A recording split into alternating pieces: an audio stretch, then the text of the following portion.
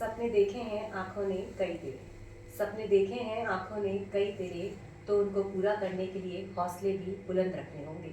माना आज मंजिल दूर है, माना आज मंजिल दूर है, पर कल उस मंजिल पर यकीनन तेरे कदम होंगे।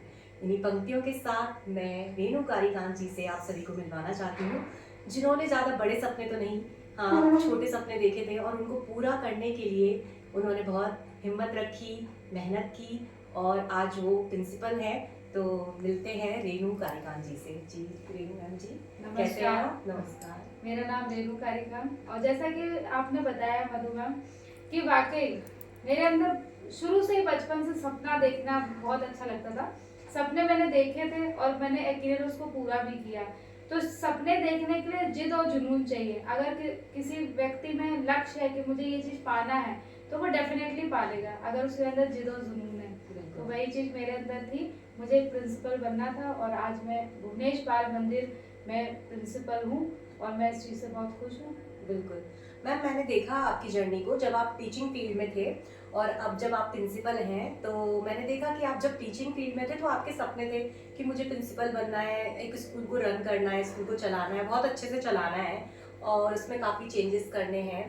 तो आप जब प्रिंसिपल बने तो क्या आपने वो चेंजेस किए? यस मैम, मैं जैसे ही प्रिंसिपल बनी, मैं बनी थी 26 मार्च 2024 में और 1 अप्रैल 2024 में मैंने ज्वाइनिंग की थी भुवनेश बाल मंदिर में एज अ प्रिंसिपल। और वो दिन मेरे लिए ऐसा था कि जैसे मैंने चांद पे कदम रखा हो, क्योंकि जब आप अपने लक्ष्य को पा लेते हैं तो उससे बड़ा पल कोई नहीं होता है।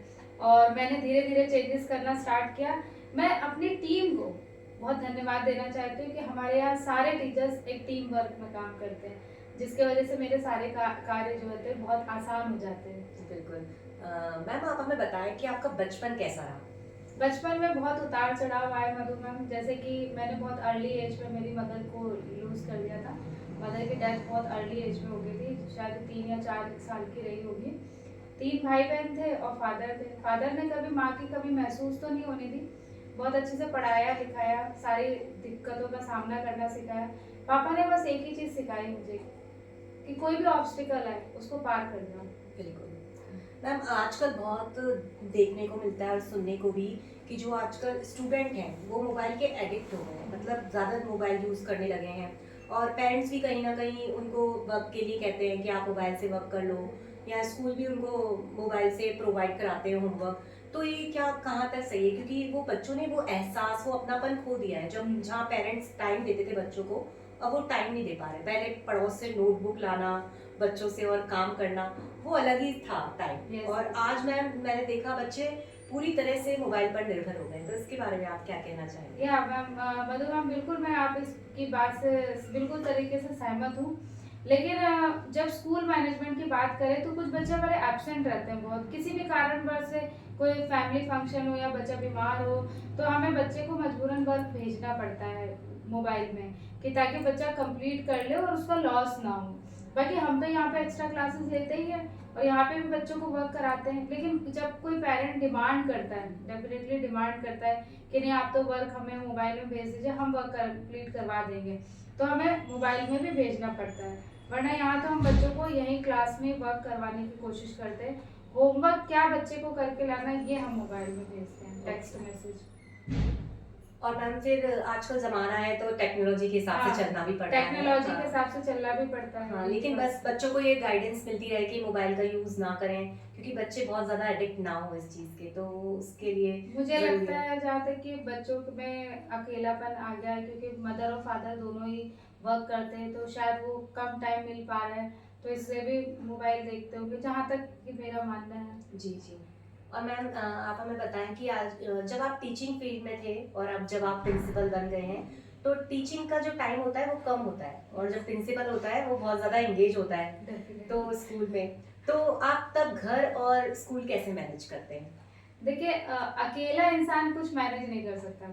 अगर मैं स्कूल की बात करूँ तो जैसे मैंने पहले ही बताया कि जो मेरी टीम है, मेरे टीचर्स हैं, वो बहुत हेल्पिंग हैंड है, बहुत ज़्यादा हेल्पिंग हैंड है। और हमारे स्कूल की ये स्पेशलिटी है कि हम सारे एक साथ टीम में काम करते हैं, कोई अलग अलग काम नहीं करता। और मुझे लगता है कि अगर किसी इंस्टीट्यूशन को स्मूथली रन करना है तो टीचर्स का एक होना बिल्कुल। एक साथ टीम वर्क में काम करना, हेल्पिंग हैंड होना बहुत ज़्यादा ज़रूरी है। तो उनके टीचर्स का कोऑपरेशन मुझे स्कूल में मिलता है तो मेरी बहुत सारी प्रॉब्लम्स सॉल्व होती हैं।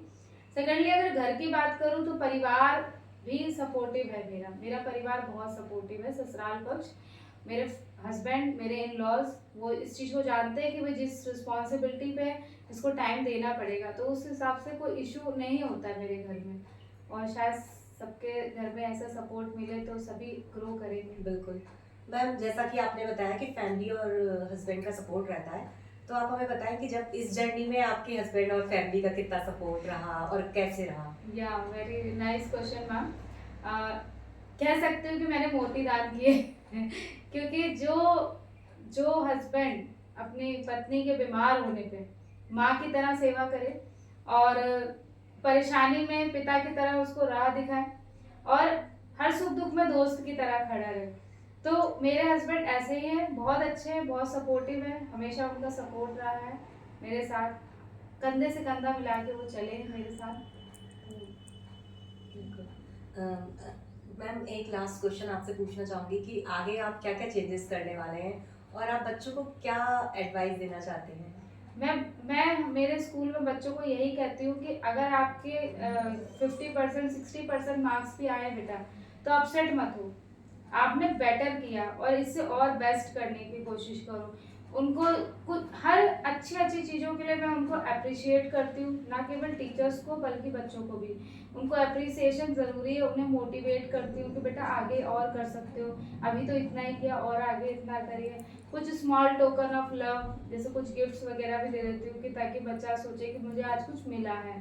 तो इस तरीके से बच्चों को मैं यही कहती हूँ कि हमेशा मार्क्स के पीछे मत भागे।